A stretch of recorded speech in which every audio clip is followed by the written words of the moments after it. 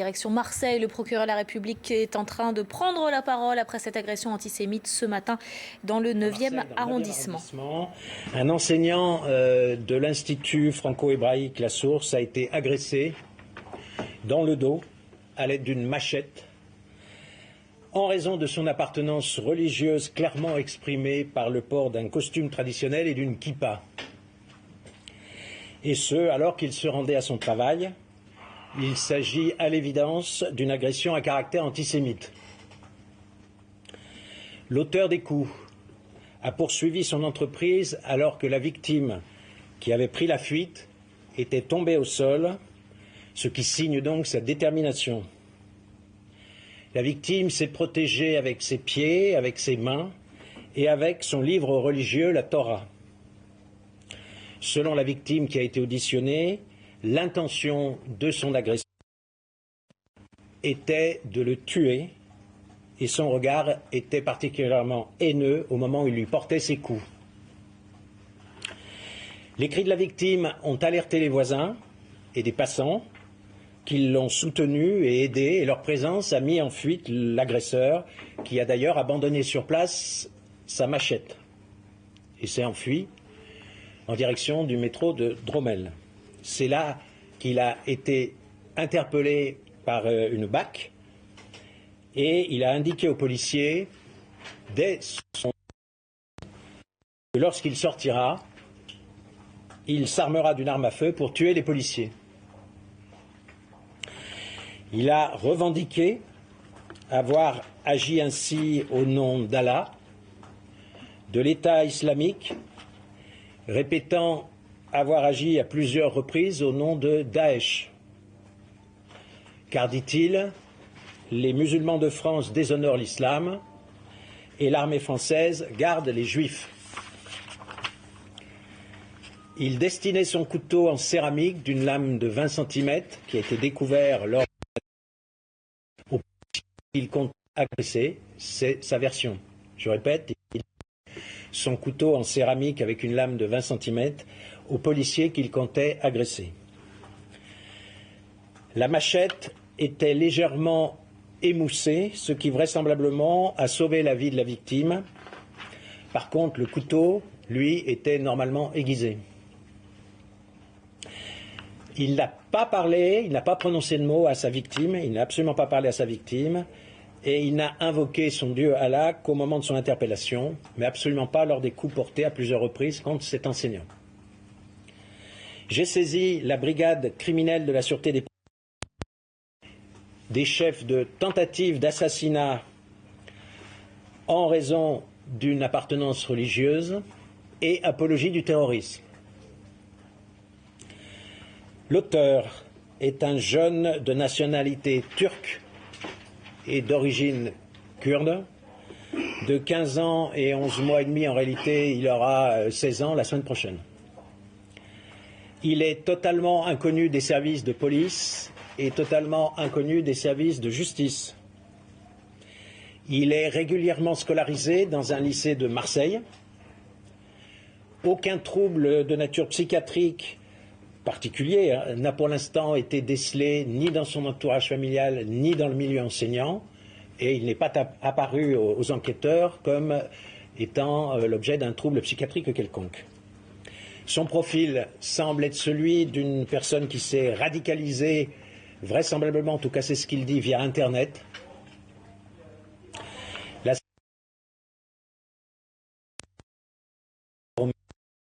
Et je suis de la République de Paris à ce sujet.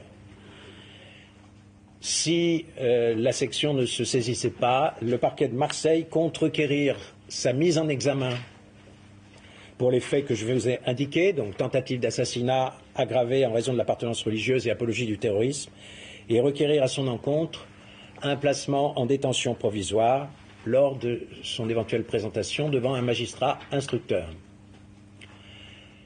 Si vous avez des questions, nous sommes à votre disposition pour y répondre. Certaines personnes devant l'école nous ont dit que des copies avaient été trouvées dans le cartable de cet adolescent et qu'apparemment c'était un bon élève, avec des notes. Oui, apparemment c'est un bon élève. Oui, vous avez raison, apparemment c'est un bon élève. En quelle classe il est scolarisé ? Je ne sais pas, je n'ai pas la référence de la classe. Est-ce qu'il y a eu des perquisitions menées à son domicile ce matin? C'est en cours. Oui, les perquisitions sont en cours, effectivement. Elles sont toujours en cours. Oui, c'est une affaire qui date de ce matin, Oui, 9h, je veux dire. Est-ce que chez lui, on a déjà retrouvé des éléments sur son ordinateur qui attestent de cette thèse de la radicalisation, le fait d'avoir surfé sur des sites internet qui parlent de l'échange des... Pour l'instant, cela est en cours. Ce qu'on peut vous dire simplement, c'est que sa famille semblait ignorer absolument tout de ce phénomène de radicalisation. Il a des frères, des sœurs, c'est un enfant unique dans une fratrie. On n'a pas cet élément pour l'instant. Il habite le quartier? Il habite pas très loin de là où les faits ont eu lieu. Il n'a pas du tout crié, quand il a agressé sa victime.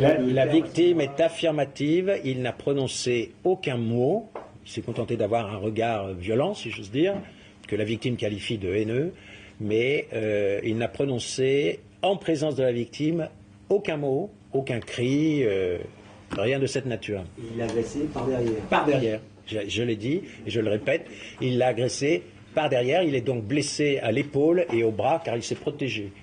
Je ne sais pas si je me suis bien expliqué tout à l'heure, il y a deux temps. Il y a la première agression par derrière, sur l'épaule, il se protège avec le bras, avec le livre. Il prend la fuite, la victime, je parle, et il tombe. Et à ce moment-là, l'autre continue de l'agresser de plusieurs coups de machette. Et il se défend avec les pieds, les bras et le livre religieux. Donc c'est très voisin, les deux temps sont à quelques secondes, hein. Mais donc l'agresseur l'a poursuivi. Et le jeune laisse tomber aussi son sac, c'est ça, son sac de scolaire, c'est là où on aurait retrouvé ses copies ou En tout cas, ce qu'il a laissé tomber, c'est sa machette. Hein, et il a pris la fuite. Je ne suis pas certain que ce soit sur le lieu des faits qu'on ait retrouvé le sac. La femme de la victime dit que le sac avait comporté un grand trou dû au coup de machette. Mais c'est le... Attendez, on parle du sac de la victime ou on parle du... Non. La victime s'est protégée et son livre religieux est effectivement abîmé parce qu'il a subi des coups de machette, on est d'accord? Mais je ne parle pas du sac de l'agresseur. Monsieur, me semble-t-il, parlait d'un sac propriété de l'agresseur. La première fois, il est attaqué par derrière à l'épaule, on a compris, mais avec la machette ou le couteau? La machette. Le couteau n'a été découvert a posteriori. Et si je fais cette distinction entre une lame émoussée d'un côté et de l'autre, c'est tout simplement pour dire que s'il avait agressé avec le couteau, les blessures auraient été certainement beaucoup plus graves. Et ce couteau, il l'avait... Sur lui. il n'a pas sorti au moment de la... Non, il n'a sorti qu'une de ses deux armes. Et il a affirmé aux policiers que le couteau, entre guillemets, était réservé pour agresser les policiers. Ce qu'il n'a pas fait. Ce qu'il n'a pas eu le temps de faire, Il semble-t-il. n'a pas eu le temps de le faire. C'était Voilà. dans son schéma, il vous a expliqué qu'il voulait d'abord s'en prendre au professeur, ensuite au policier. Absolument, puisqu'il a rajouté ce qui n'est pas complètement innocent. Il a rajouté que lorsqu'il sortirait, il s'armerait avec une arme à feu pour tirer et tuer des policiers. Est-ce qu'on peut clairement dire qu'il y a une préméditation vraiment, c'est-à-dire qu'il avait prévu aujourd'hui de faire ça, ou est-ce que c'est simplement parce qu'il a croisé ce professeur et qu'il a souvent des armes dans son sac, je sais pas. Pour l'instant, l'audition est en cours.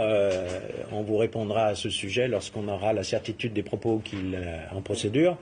Mais en tout état de cause, j'estime, moi, qu'il y a une forme de préméditation en s'armant et en s'attaquant à quelqu'un dont on connaît l'appartenance religieuse, et avec une volonté, en tout cas c'est tel que c'est ressenti par la victime, de tuer sa victime. Et il partait en cours, il allait en cours comme tous les matins. Vraisemblablement. Il est au lycée professionnel? Je ne souhaite pas dire dans quel lycée il est, vous comprendrez bien. Sur sa radicalisation, c'est pour l'instant, vous avez ses propos. Absolument. Hein, c'est selon, je l'ai dit, c'est selon ses propos. En garde à vue. Lors de son interpellation et en garde à vue, mais on est au début. Hein. Bon, je fais ce point parce qu'il y a eu une forte demande d'un certain nombre d'appels. Vous comprenez bien que de 9h à 16h, vous voyez, hein, on est tout au début. Donc on vous dit un peu les choses telles qu'elles se sont déroulées. L'agression en deux temps, l'interpellation et ce qu'a affirmé à plusieurs reprises ce jeune garçon, bien qu'il n'ait strictement rien dit au moment de l'agression. C'est un jeune qui a des antécédents psychiatriques? Non. Il était dans quel état psychologique? Non. Quand il a été interpellé, il était un peu en sueur parce qu'il avait couru. Mais ni au lycée, ni dans sa famille, et on l'a dit tout à l'heure, il a de bons résultats scolaires. rien ne semblait pouvoir préjuger qu'il allait avoir ce type de comportement. Il n'a aucun antécédent policier, il n'a aucun antécédent judiciaire, il ne fait pas l'objet d'un suivi d'assistance éducative, il est dans un milieu tout à fait normal et classique. Et en plus, il a des bonnes notes au lycée, donc on ne peut pas dire que c'était facile à prévoir. Sa radicalisation, elle date de quand? Est-ce que... Bon, je comprends que vous ayez des questions plus précises que ceux qu'on peut répondre, bien sûr, mais laissez-nous au moins faire les premières auditions pour pouvoir vous répondre plus en détail. Il a dit qu'il voulait partir en Syrie, qu'il connaissait du monde. Tout ce qu'on peut dire, monsieur le procureur, si vous permettez, c'est que quelque part, il n'est pas connu des services de renseignement. En tout cas, en ce qui me concerne et en qualité, puisque je représente le DDSP ici aux côtés de monsieur le procureur, il n'est pas du tout connu des services de renseignement et donc du renseignement territorial, celui qui est placé sous mon autorité.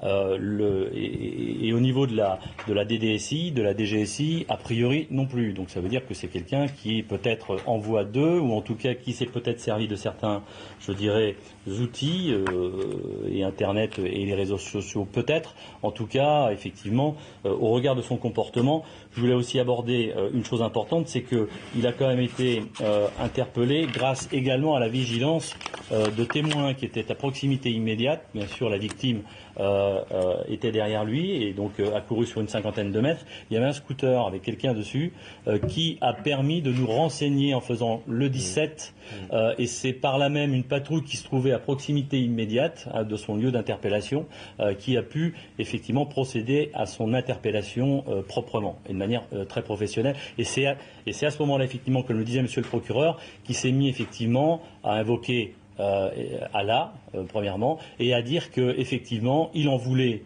aux Juifs, dixit, puisque l'armée protégeait les Juifs, mais qu'il en voulait aussi, bien entendu, aux militaires, aux policiers, et donc la première chose qu'il ferait, si tant est qu'il puisse sortir d'un commissariat de police, ce serait de se procurer une arme à feu et effectivement de tuer ou de blesser un policier. Quand il dit ça, il est excité. Ouais, tu dis ça, il est comment? Oh, il y a une espèce, pour l'instant c'est trop tôt pour en parler, mais je pense qu'on a affaire à quelqu'un, il y a un espèce de dédoublement de la personnalité, quelqu'un qui, comme on le disait tout à l'heure, va plutôt bien à l'école, au lycée, et a priori ses notes l'attestent, des parents qui, au domicile, et d'après ce que les enquêteurs m'ont rapporté, sont des parents tout à fait normaux, qui éduquent en tout cas cet enfant normalement. Il n'y a aucun signe, en tout cas visible, à l'intérieur de l'habitation des parents, qui sont d'origine kurde. Et donc c'est vrai que les parents sont véritablement, comme disait monsieur le procureur, tombés du placard quand ils ont vu effectivement mes enquêteurs pénétrer et puis perquisitionner l'habitation. De nationalité turque, ça veut dire qu'ils sont arrivés... de nationalité turque et d'origine kurde. Voilà pour les précisions du procureur de la République de Marseille à propos de cette attaque ce matin, donc en pleine rue dans le 9e arrondissement de la cité phocéenne, d'un professeur juif par un adolescent d'à peine 16 ans. Il aura 16 ans la semaine prochaine. Il se serait revendiqué de l'État islamique. Il a dit avoir agi au nom d'Allah. Il comptait aussi s'en prendre à des policiers. On y revient dans un instant, juste après la pause.